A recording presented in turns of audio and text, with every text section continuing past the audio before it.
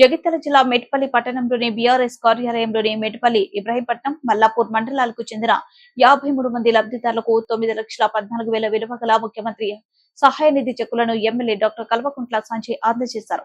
అనంతరం ఎమ్మెల్యే మాట్లాడుతూ కేసీఆర్ చేసిన అభివృద్ధి పనులు దేశంలో ఎక్కడా లేదు, కాంగ్రెస్ ప్రభుత్వం చేసింది ఏమీ లేదని, పెన్షన్లు, కేసీఆర్ కిట్, కళ్యాణ లక్ష్మి ఇలా చెప్పుకుంటూ పోతే ఎన్నో ఉన్నాయని, ముఖ్యమంత్రి రేవంత్ రెడ్డి బీడీ పెన్షన్ 4,000 ఇస్తాను, పెళ్లి కానుకగా తులం బంగారం ఇస్తానని ఇప్పటికీ దాన్ని ఊసేలేదని ఎద్దేవా చేశారు.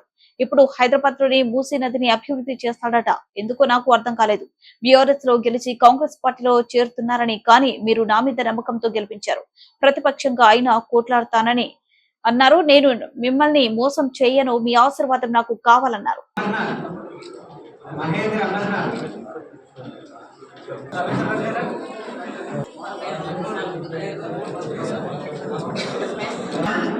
గంగరాజు ముగిలిపేట గ్రామం లక్ష్మయ్య కే లక్ష్మయ్య రత్నాపూర్ గ్రామం జీ సిర్పూర్ గ్రామం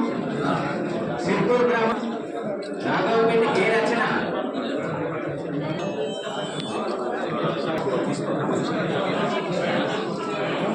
ముగ్రాంపూర్ గ్రామం.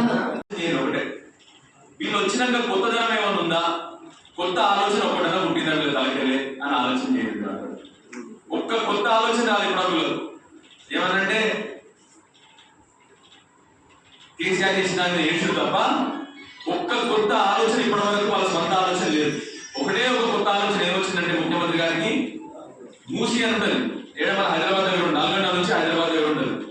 అది ఒక్కటి కొద్దిగా మూసినంట అందంగా చేస్తారట, సుందరీకరణ చేస్తా, దానికి 1,00,000 కోట్లు ఖర్చు పెడతా అని చెప్పాడు ముఖ్యమంత్రి గారు. ఏది మూసీ సుందరీకరణకు 1,00,000 కోట్లు.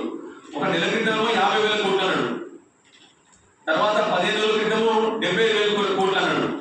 ఇప్పుడేమో 1,00,000 కోట్లు పెట్టి మూసీ సుందరీకరణ చేస్తా నిన్నగా చెప్తున్నాం. దానివల్ల ప్రజలకు లాభం ఏంది అంటే అది తెలియదు. మనమేమో 1,00,000 కోట్లు కట్టి కాళేశ్వరం కట్టి దాన్ని ఎట్లా అనుభవించామో ఇక్కడ ఉన్న అందరికీ తెలుసు కూడా కాళేశ్వరం వాళ్ళు. అందుకే ఎట్లా ఉందంటే నిజంగా ఇప్పుడు ఆయన చెప్పిన ఎంత ముందు అప్పుడు బాధపడుతున్నారు. ఎంత మంచి ప్రభుత్వం ఉండేది, దేశంలో నెంబర్ రాష్ట్రం. అట్లాంటి రాష్ట్రాన్ని నిజంగా చెప్తున్నప్పుడు చదువుకున్న పిల్లగాలాగా మీ పిల్లగాలు కూడా చదువుకుంటే హైదరాబాద్ వాళ్ళు అడుగురు ఏం పరిస్థితి అని చెప్తారు. వాళ్ళు చదువుకున్న పిల్లగాలు అడుగురు హైదరాబాద్. మన తెలంగాణ రాష్ట్రం మళ్ళీ ఒక 5 ఏళ్ళు ఎత్తుకుపోయింది. ఏమైంది? మళ్ళీ ఒక 5 ఏళ్ళు ఎత్తుకుపోయింది తెలంగాణ రాష్ట్రం. ఏ ఒక్క మంచి పని చేయలేదు, ఏ ఒక్క కొత్త ఆలోచన లేదు. ఈయన వచ్చిన 8 నెలల